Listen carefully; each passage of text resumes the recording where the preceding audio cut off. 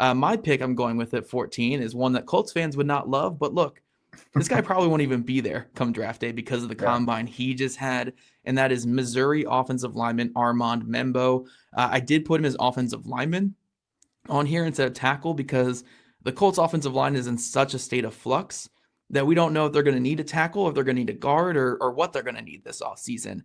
Either way, a player like Membou could be a fantastic fit for the Colts. I mean, just looking at his testing numbers, this was one of the freakiest combines we've ever seen. Honestly, I would put it up there with Emin Worry's style of combine because we're getting a 330-pound offensive lineman who had vines for arms, over 34 inches, despite only being 6'4", ran a 4.91 at that weight, which is bonkers. That is absolutely bonkers. Jumped out of this world as well. Posted other great. Had 31 reps on the bench. I mean, this With field the long workouts were arms. great. Yeah, I mean, Membou, like we know on film, when you watch his film, this is a guy who can dominate in either gap or zone scheme. He can play guard or tackle. Sure, there's some technical, difficulties on his film. Like he's not the perfect technician, but like he's so athletic, he's so strong, he's so smooth that you can make this work at either position. I do think before the combine there was a chance he could have been there at 14.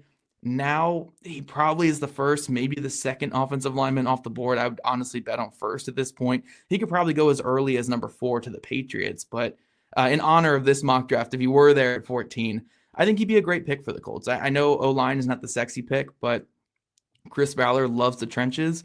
Membou is arguably the best offensive lineman in this draft. And if you could get him at 14, I think you just run that to the podium and solidify that offensive line for the next couple of years. Again, I don't care if you put him at guard or tackle. I think he's going to be pretty good either way. He might be a better guard, but I think he's going to be pretty darn good either way.